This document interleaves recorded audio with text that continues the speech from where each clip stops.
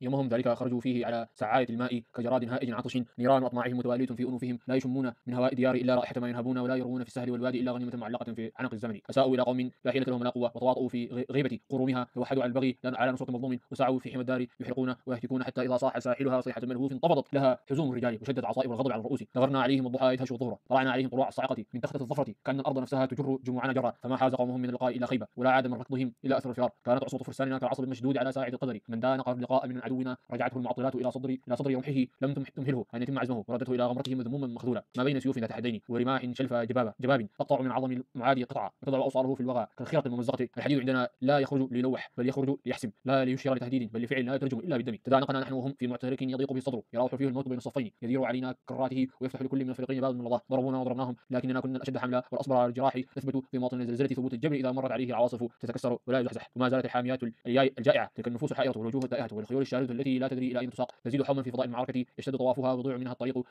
فيما طريقنا نحن مستقيم إلى قلب العدو لا نلتفت عنه. ذلك اليوم وما قبله وما بعده لم يكن نزهة في رمل، بل كان فصلا من تاريخ قبيلة إذا ناداها النداء قامت، وإذا استنفرها الحمم بعثت من جوفها ذئاب بأس لا تعرف الرجوع. ومن جهل هذا الفصل من أخبارنا فليعلم أن ما قرأه من حروف ليس إلا ظلا للحقيقة. أما حقيقة فمكتوبة هناك على صخور الساحل، وفي رائحة الغضب المحترق في صمت القتل الذين سقطوا وهم أقرب إلى العز منهم إلى الفناء.